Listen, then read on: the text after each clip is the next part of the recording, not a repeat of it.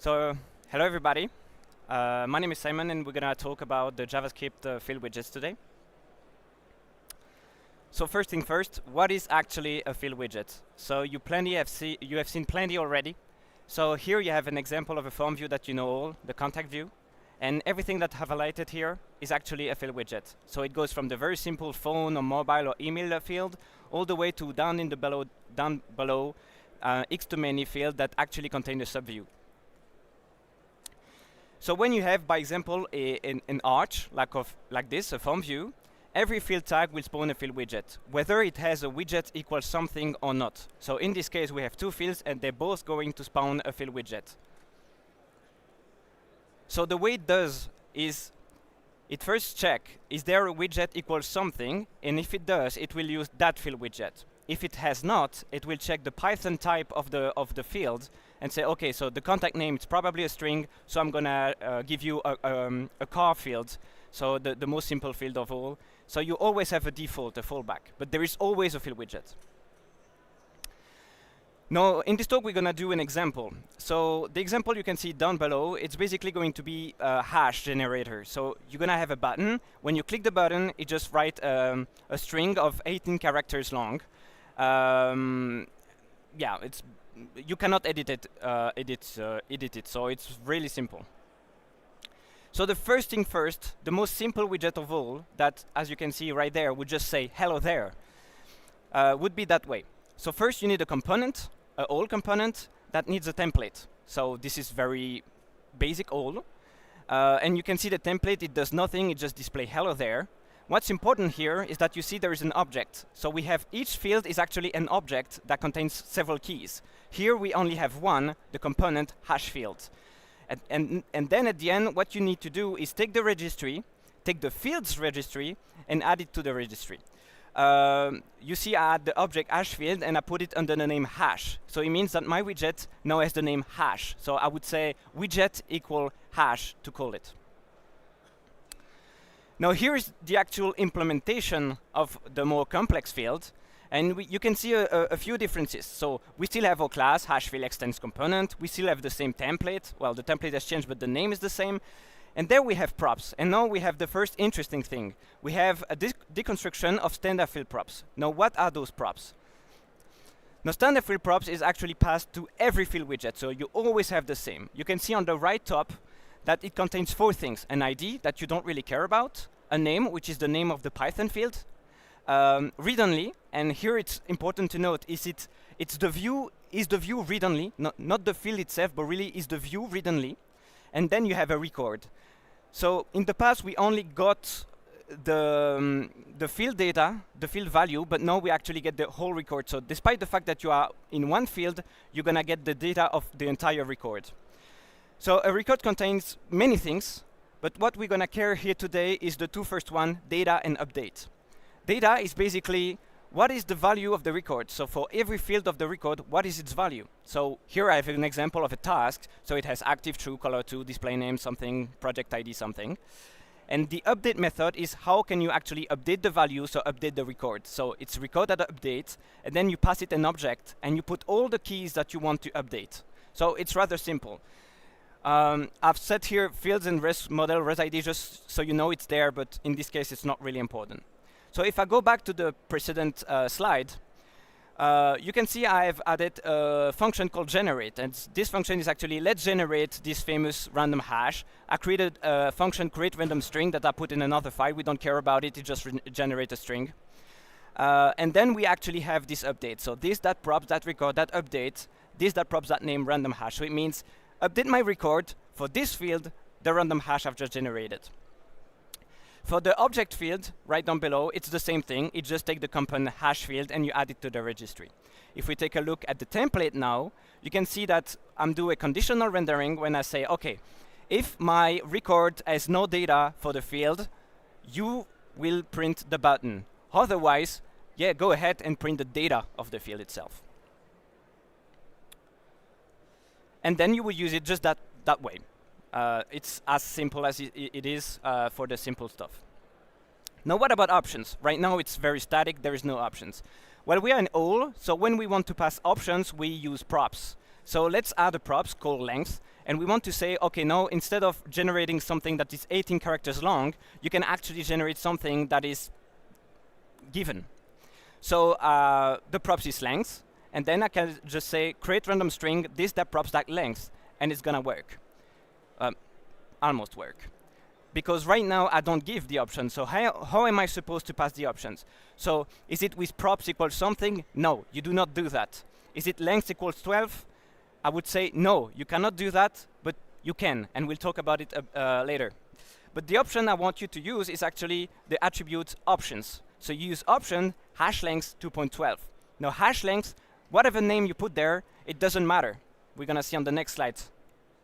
Because how do we extract the options that we've put in our XML all the way into props? And that's where we have this new key component in the object field over there called extract props. So as the name suggests, it says, okay, you have some stuff, we're gonna extract some stuff for generating props. So here I have the options, and basically the options here is just the option attribute that I've just talked about. And we have the hash length there, and we say, okay, length is option that length, is option that hash length.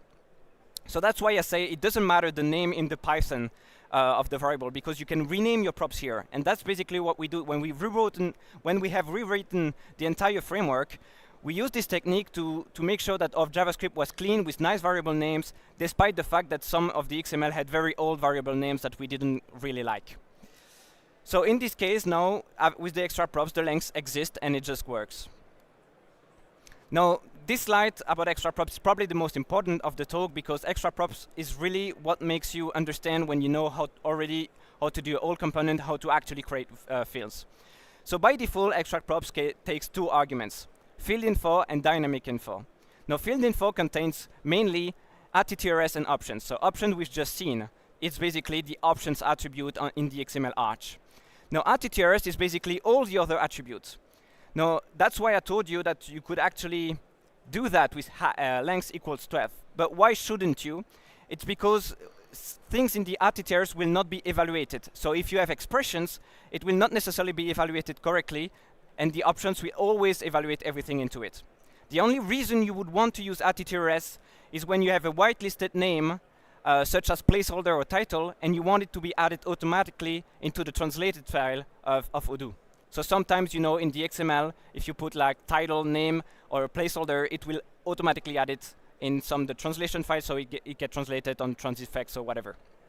So the only reason you use attrs is that, because it will always give you a string.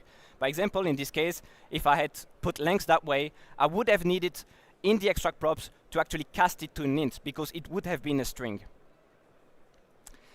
And then we have dynamic info.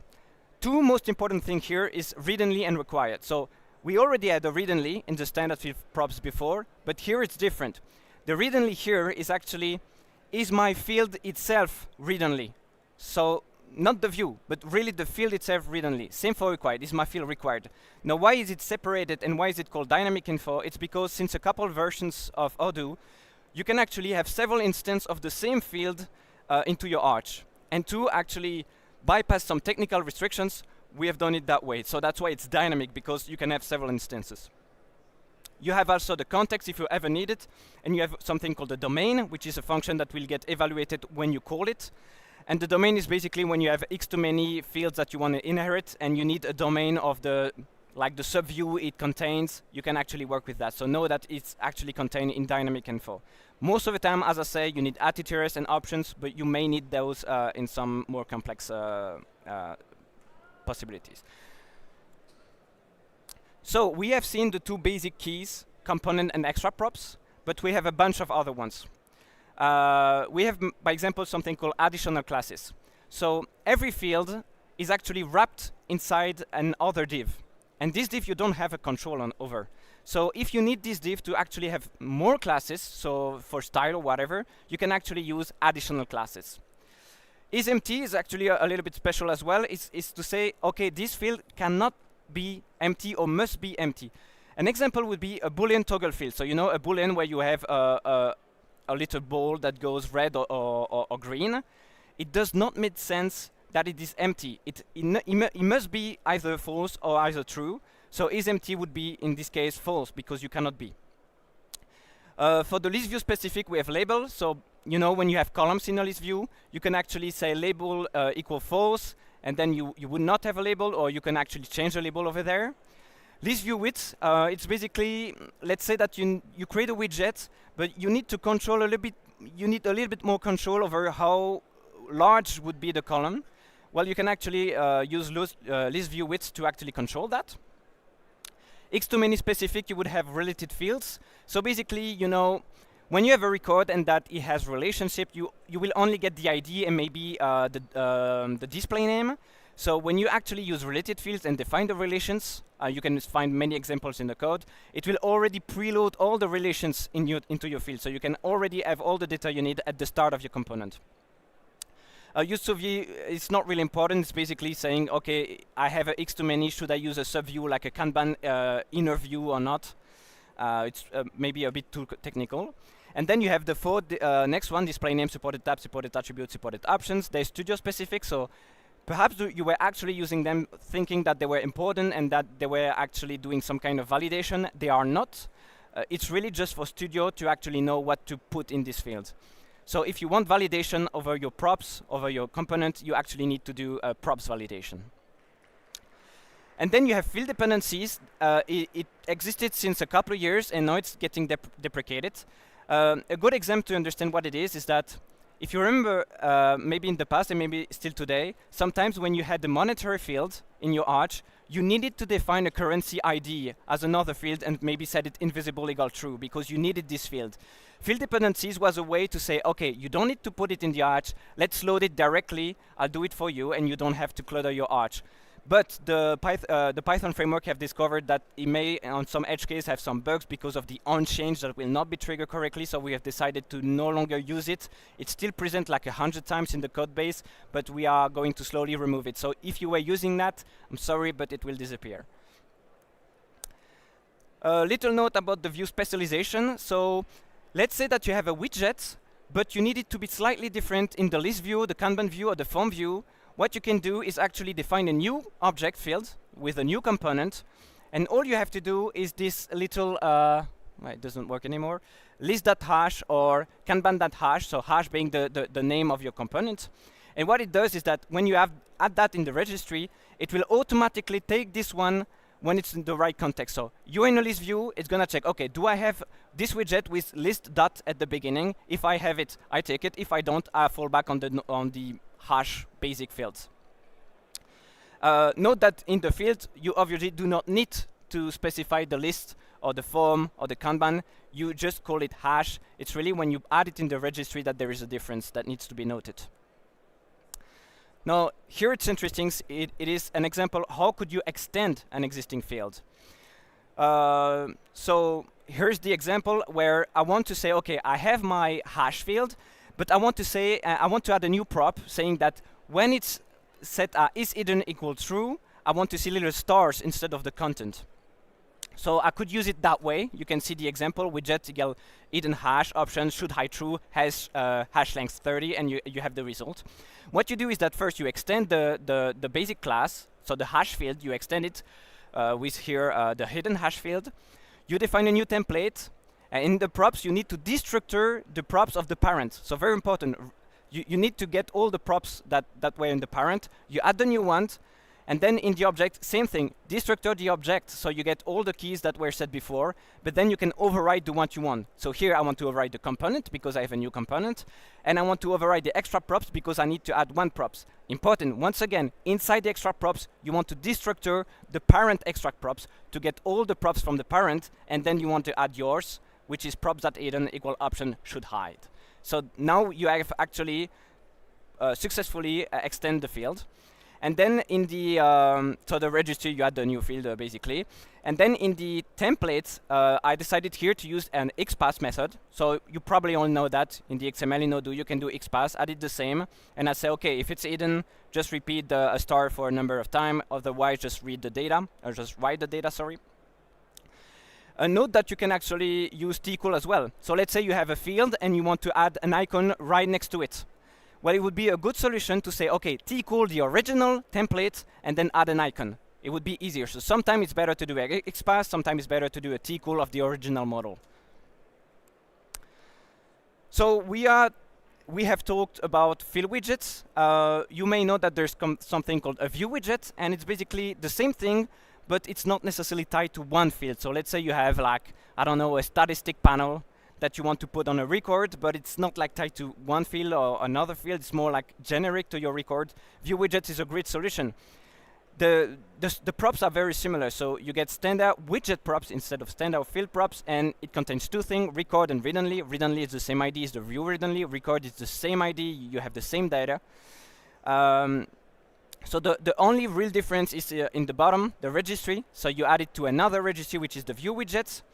And obviously, since it's not something that will be set where a widget stands, you will need to do a little bit more of XML and SCSS to place it correctly. The example here is a good example. Well, it's a ribbon widget, so you know sometimes when you do something successfully or sales successfully and you have a ribbon that goes across the form view or the Kanban view, this is a good example. It's not linked to a field in particular, it's linked to the record itself, so good solution over there. But all the rest exactly the same, the component key, the extract props key, and whatever. Now, a lot of the fields are actually input fields. It makes sense. A lot of the fields you have in Odoo, you need to write something into it. We have a hook called useInputField that handles most of the complicated stuff for us, like updates on different events, notify the status indicator something is being typed. So status indicator is basically the little careful there is something that has changed in your record you should save. Despite the fact that since you are still typing, you haven't saved, so it shouldn't be aware. But this hook makes it aware of that.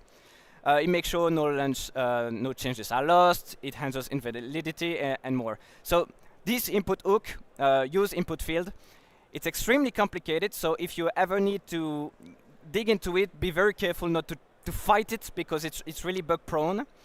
But know that if you ever start from scratch an input field, well, that has an input, you should use that. It's really going to help you have the same behavior across all the different inputs in Odoo. Now, a last hook that I wanted to talk to you about is use special data. In the past, it was not a hook, it was actually a key on the objects. It was called special data, and then it was called preloaded data, and now it's a hook called use special data. And it's basically, you get already plenty of information, right? You have your records, you have all the data of the record. We saw that in X-to-many relationship, you could also have the related field key that would preload data, but sometimes you need even more data. Here is a good example. So you have a status bar widget here, and you see the record right now, it would say the stage is equal to proposition. You would only have the word proposition. But what you really need here is the value of all the records, because you need new, qualified, proposition, and one to be able to display correctly the widget.